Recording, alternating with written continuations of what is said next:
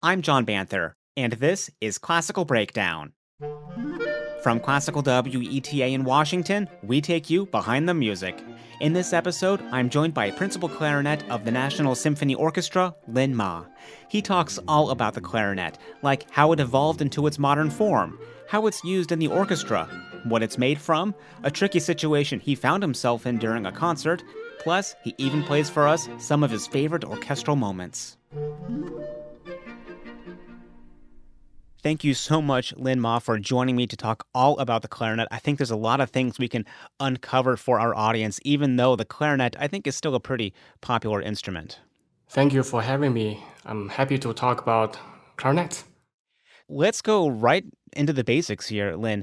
If you had to describe the clarinet to someone who had never even seen one before or heard one, how would you describe the clarinet in a few sentences? The clarinet is basically a cylindrical tube with tone holes and keys, and it is part of the woodwind family. Most of the modern clarinets are made out of African black wood. That's why they are black. And one important component of this instrument is that it uses a single reed that is attached to a mouthpiece, where other woodwind instruments like bassoon and oboe use double reeds. And I would say that is one of the main things that makes this instrument unique. So one thing you've already caught my curiosity on is just the color of it. It's black not because it's been dyed or necessarily lacquered black, or maybe, but actually the wood itself is black. Yeah, that's right. Those African black wood, these are the densest and the hardest wood you can find in the world. And it's used quite a lot to make instruments. Oh, okay. So where did the clarinet come from? I'm wondering about, when we started to see it come into fruition, maybe did it evolve from an older instrument? Yeah, the clarinet came from a Baroque instrument called chalumeau. And this instrument is very similar to a recorder, but it is played with a mouthpiece with a single reed. Composers like Vivaldi and Telemann have written music for this instrument. However, the problem with this instrument is that it could only play in the fundamental range. You can only play a dozen of notes on the chalumeau. And of course, after some big improvements made to the chalumeau, it was developed into the Baroque clarinet. And the clarinet not only could cover the entire range of chalumeau, but also extended to second and third register, so making the chalumeau very impractical. And later it just disappeared entirely from the repertoire. And I'll put a picture on the show notes page of the chalumeau because, well, it's, as you said, it looks like a recorder, but with this mouthpiece that has a reed on it that is like you find on the clarinet. So what made the development possible of going from just like a dozen notes on the chalumeau to a full range on the Baroque and the modern clarinet? Is it something I read called about the register key? That's right. It's the register key makes the instrument easier to overblow to higher notes in the harmonics. So the register key, it's one key that one of your finger touches, and then by using that key, opening or closing a hole, and then adjusting the amount of air you're blowing into it, you can blow up to a higher or a lower pitch than you would not be able to on the chalumeau. Is that right? That's correct. Okay. And what is the reed like? Because you described it well of not being like the bassoon or oboe reeds, ones that are what we call a double reed. But this one, it's a single reed. It's like a flat piece of wood, right? I'm wondering, do you make that? Do you buy that? Or maybe you buy it commercially and have to make adjustments yourself? Or is it just out of the box, ready to go? Luckily, there are decent quality clarinet reeds manufactured by companies, so we don't have to spend a lot of time making them from scratch. However, the reeds are thin pieces of bamboos. Every bamboo is different, so is the reed. So we do spend a lot of time selecting them, adjusting them, according to personal preference. Actually, some clarinet players decided to just make their own from cam because the reed is a very crucial part of what we deal with. I remember my teacher, Rich Hardy, once said, "You are only as good as your reeds." Honestly, I did not agree at first, but after playing in orchestra for some years, it's so true. If the reed fails, you fail. It's like a voice for a singer. And also, the reed is very sensitive to environment, temperature, humidity, altitude. If I go to Colorado, I have to play with very different reed setup. Oh, wow. You say it's sensitive, so does it last not very long then? Is it kind of degrade quickly? Yeah, it depends how you play it. If you play the reed too often, they die quickly. So you have to kind of breaking in slowly. Yeah, I keep many reeds with me. I bring them onto the stage, and I even switch them during the performance, so I don't get to play on a single reed for too long. Okay. Does it go even further to say, okay, I have this solo coming up in this piece, and I'd rather use this reed for that as opposed to another reed for the rest of a symphony? Does it go into as much detail as that, or is it really just shuffling them around so you don't use one too much? You're right. I just shuffling around so I don't use one too much. If let's say if I'm have a big solo concerto coming in a month, I would start to breaking in slowly, playing them a little bit a day, so I don't get to kill the reed too early before the big performance. And I would recommend for everyone listening, the next time you go to an orchestral concert, really look down on stage to the woodwinds, because you'll see, just as you described, wind players have a lot of reeds with them. You'll see them laid out with the bassoon, laid out with the oboe, and the clarinet as well. It's almost like they're at a flea market ready to sell a bunch of different reeds. So that's always fun to look out for. So we went from this chalumeau, very rudimentary instrument to being developed with a register key, getting us to play in higher and perhaps lower registers. We are now playing with different, better materials, so the instrument sounds better. With all these advances, I'm wondering how the clarinet was used throughout history as well. So, for instance, how was it used within ensembles or not in like the early 1700s? The clarinet isn't heard very much in Baroque music. During the late Baroque period, composers started to write difficult melody in the high register for the trumpet. So some music used the clarinet in a more trumpet-like role.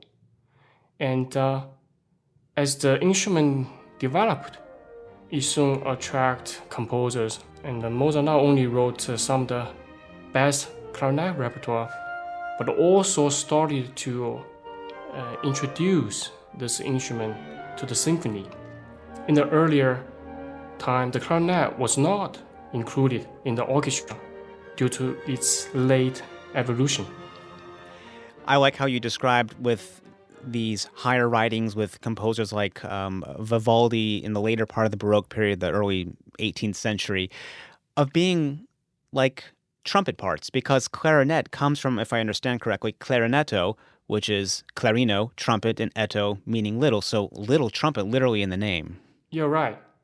I find that so funny. And I'll put some video on the show notes page too, because off the top of your head, you think, well, the clarinet sounded like a trumpet, but these older ones, especially, had quite some projection on them, and they really I can definitely hear them being used for trumpet parts. So I'll put those on the show notes page. So it sounds like getting into what we'll call the classical period, like the 1750s and later, with composers like Mozart and Haydn.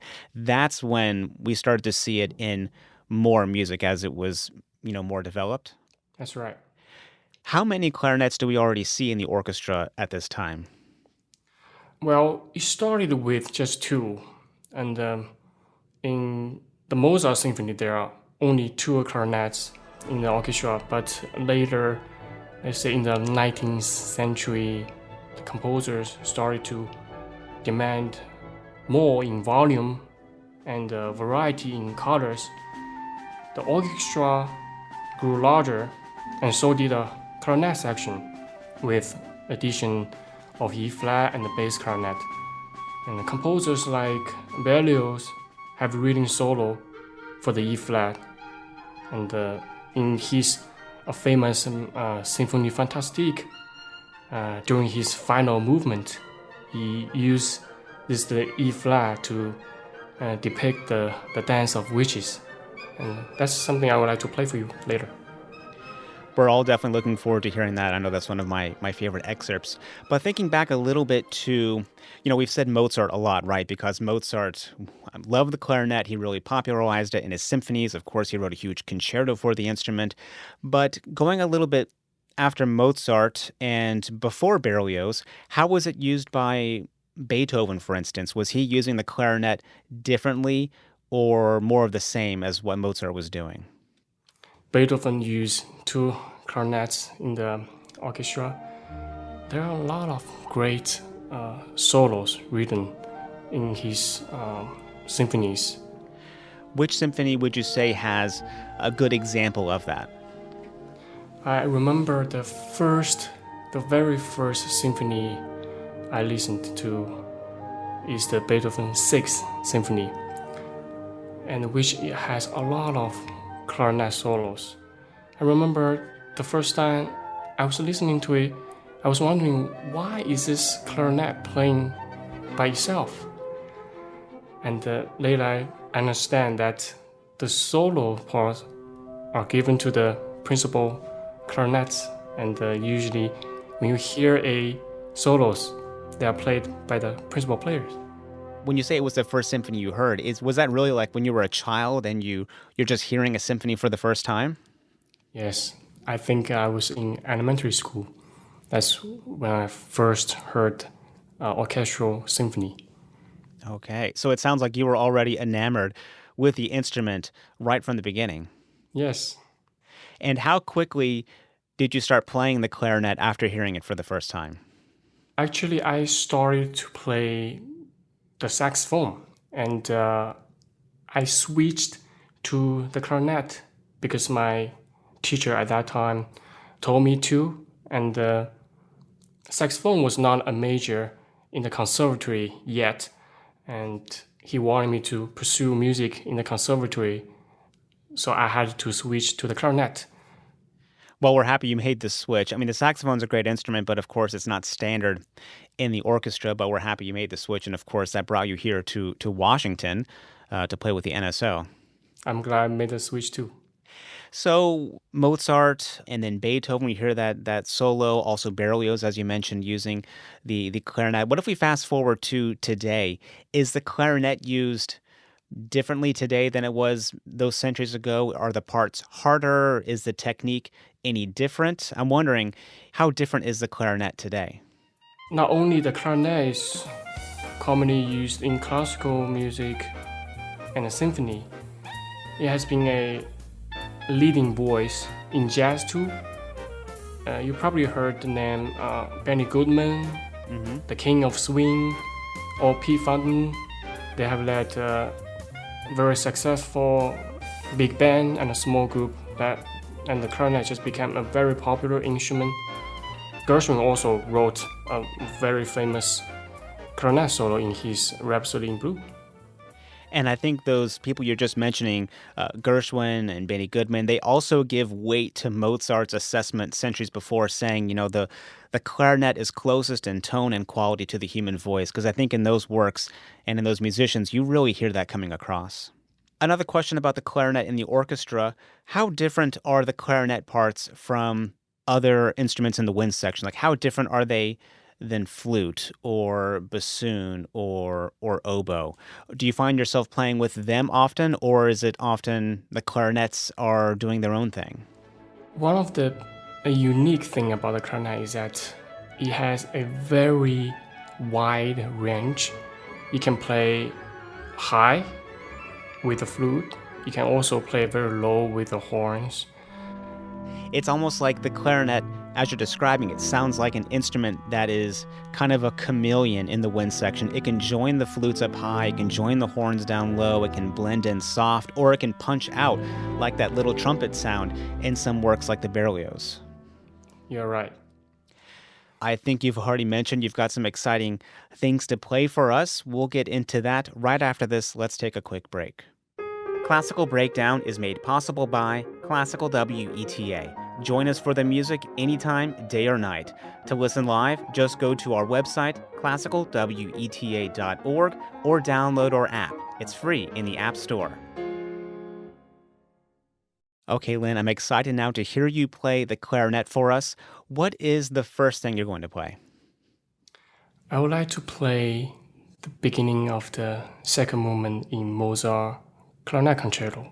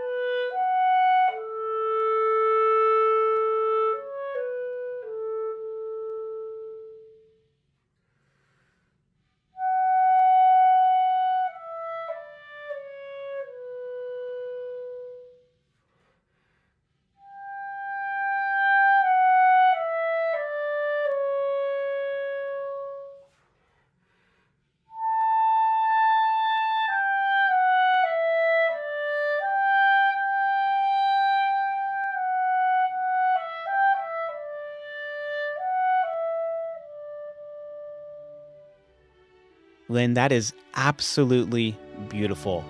What about this moment in the clarinet concerto speaks to you? Is there like a story that you're kind of playing out in your head as you're playing, or is it more of just, for me, it's almost like it's ethereal and floating in a nebula kind of sound. What is it for you when you're playing this?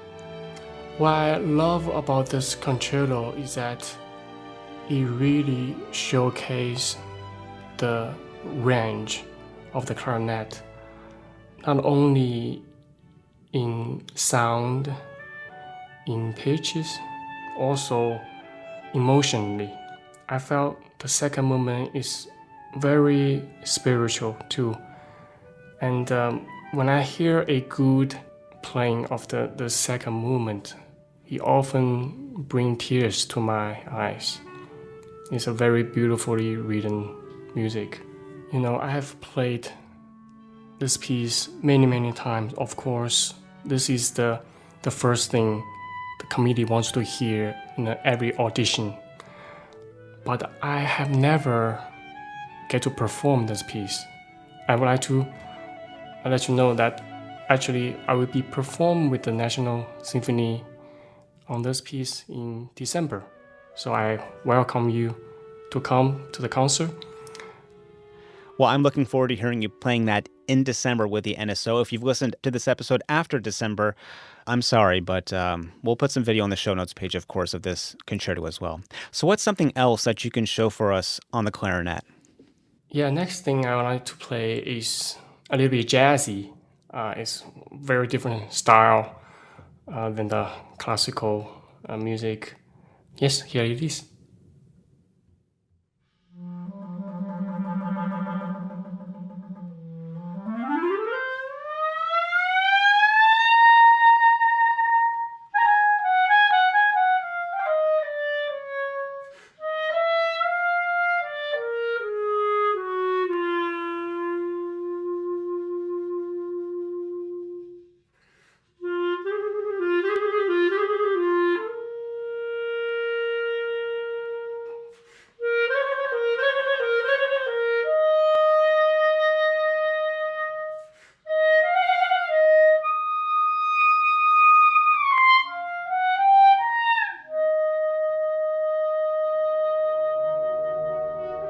Gershwin's Rhapsody in Blue has one of the most fun openings to a work I can think of for the orchestra.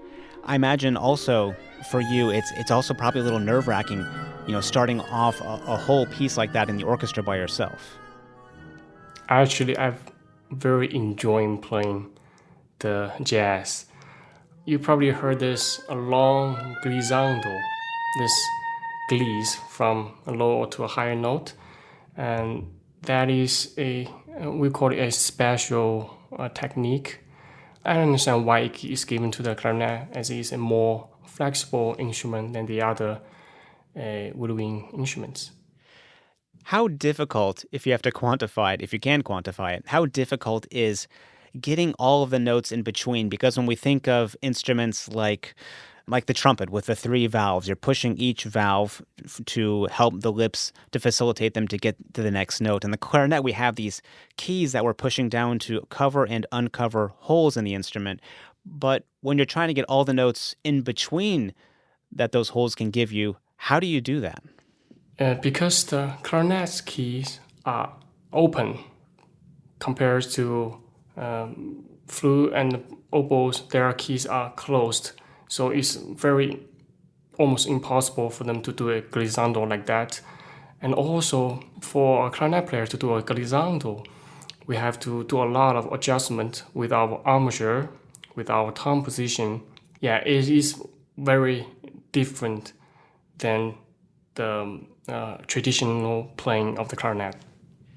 So when you have your fingers to push down on the keys, going from that low note to the high note, are you then slowly lifting off in a Yeah, distinct order the keys, but you're doing it slow so it's not immediate, all the changes? Is that how what's happening? it's the combination of sliding the fingers and adjusting the armature, which is our mouth position and our thumb position.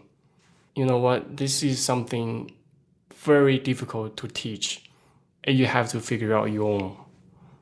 Okay. It's almost the technique has to match also your physiological aspect of the shape of your mouth, the shape of your tongue, the cavity inside your mouth, to get all those notes out there. That's right. So, what is another thing you can play for us on the clarinet? I would like to play a different clarinet, E flat clarinet. Which is a shorter, a smaller instrument, and of course it plays higher than the standard B and the A clarinet. So this is the solo from Symphony Fantastique by Berlioz.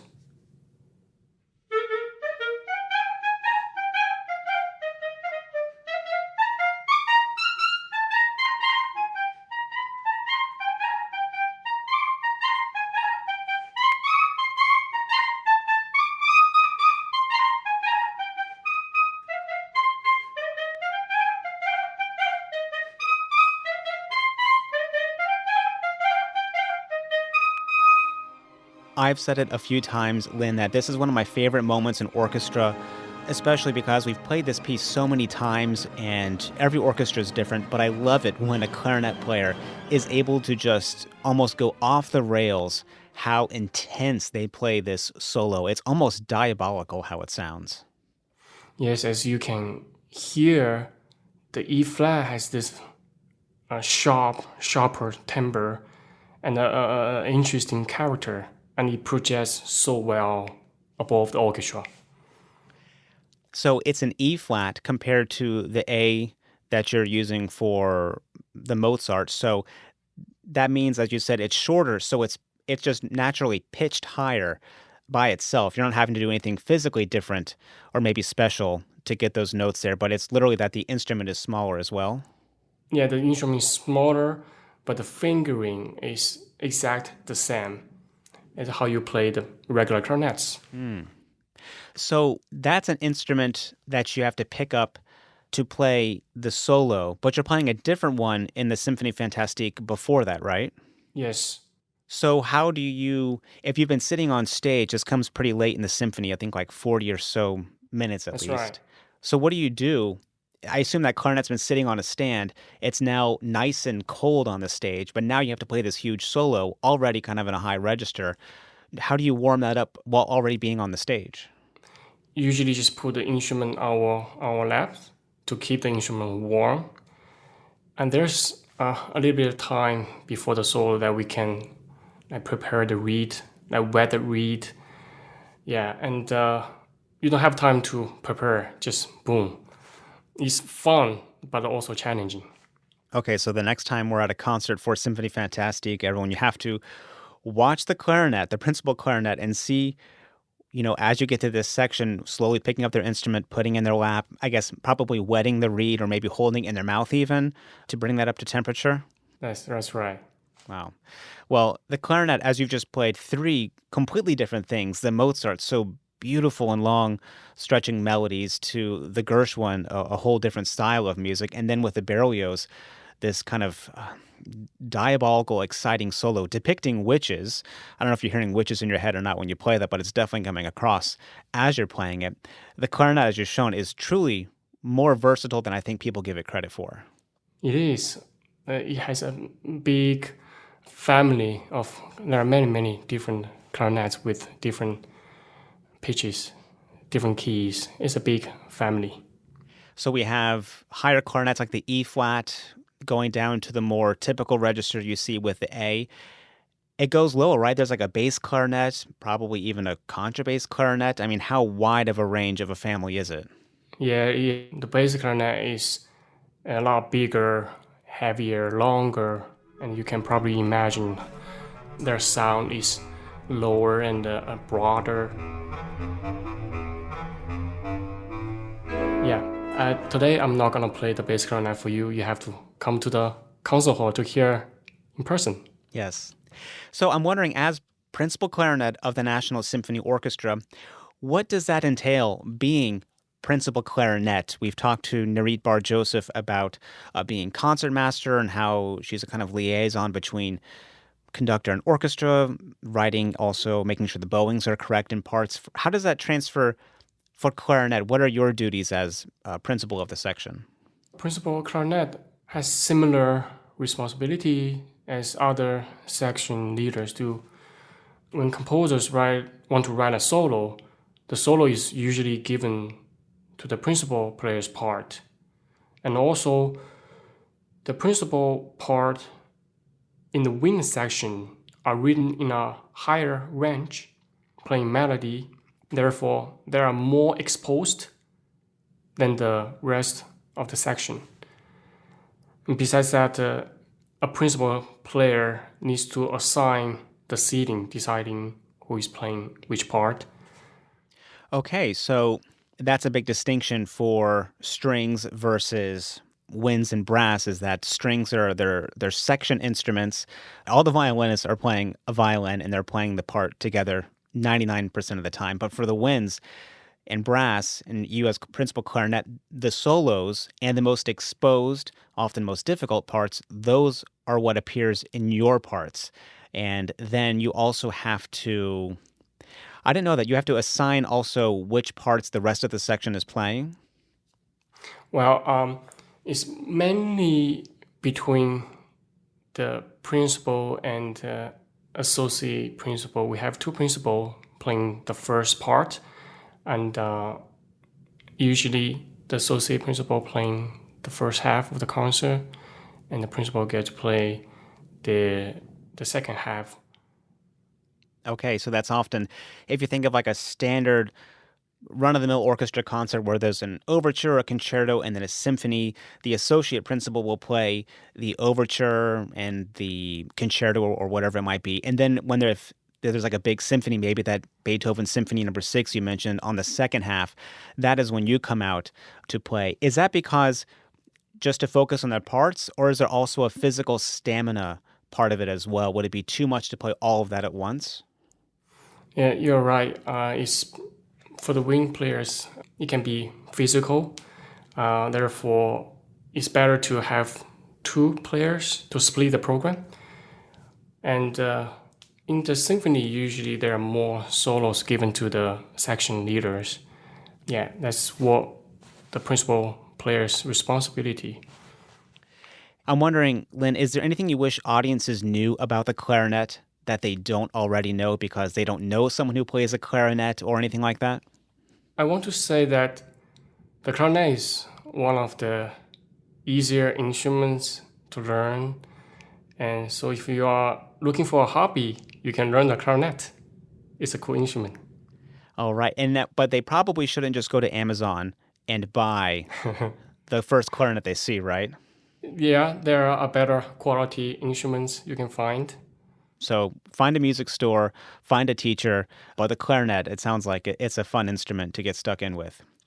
Yes. Here's a question that I love to ask, and if you don't have an answer, that's fine too. And if you have to change any of the names involved or any specific details, that's fine too. And the question is, what for you has been just the craziest, unexpected moment on stage? Has something happened on stage that was completely not planned, an instrument breaking, something spilling over, music wasn't there when you sat down, something like that? Yes. I remember it was the concert we were doing, Prokofiev Fifth Symphony. On that concert, I remember I played the full program, and I can't remember what we played in the first half, but I had this big clarinet solo, so I decided to play the full program. And during the intermission, a stand from behind fell on my instrument, and it knocked off of the stand. Yeah. The mouthpiece, a very crucial component of the instrument, got broken. It got broken. So, and I did not have a spare one with me that day. So I played on the bass clarinetist spare mouthpiece. And I remember I did well, you know. I even got mentioned from a critic. Yeah, it was. Wow. It's very fun, and now when I think back, yeah, it's great experience. Well, when you can look back on it and start to laugh, that's when you know the healing process has begun. But I was just thinking, I mean, that's horrifying. That sounds terrible. Whenever your instrument gets damaged, I mean, the pit inside of your stomach is almost bottomless. And I was wondering, well, how would a critic know? But I guess the audience, and they probably watched it happen, right? I mean, if it's sitting on stage and the stand falls over, they probably saw some unhappy faces there. Actually, that incident was not mentioned, but the critic was saying how well I did on that concert. Yeah. Oh, that's even better. That makes it so much better. Yeah. You got through it. You can now laugh about it. Presumably your other mouthpiece has either been, I guess, tossed or been repaired. Yeah, it was a good experience. And hopefully one that won't happen ever again. Yeah. Thank you so much, Lin. This has really been a luminary hearing all the stuff about the clarinet, hearing you play, these different aspects. I think we've all learned a lot here. Is there anything else you'd like to let us know? Come to the Symphony Hall and enjoy some concerts.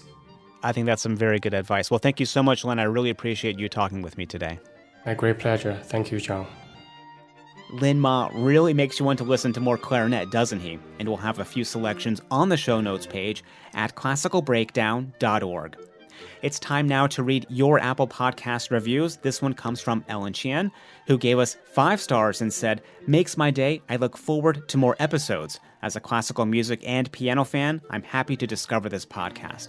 Well, thank you so much, Ellen Chien. We're happy you discovered us too. Now, if you've been enjoying the podcast, please leave a review in your podcast app and share it with someone else you know that loves classical music. And if you have any comments or ideas, send them to classicalbreakdown@weta.org. I'm John Banther. Thanks for listening to Classical Breakdown from Classical WETA.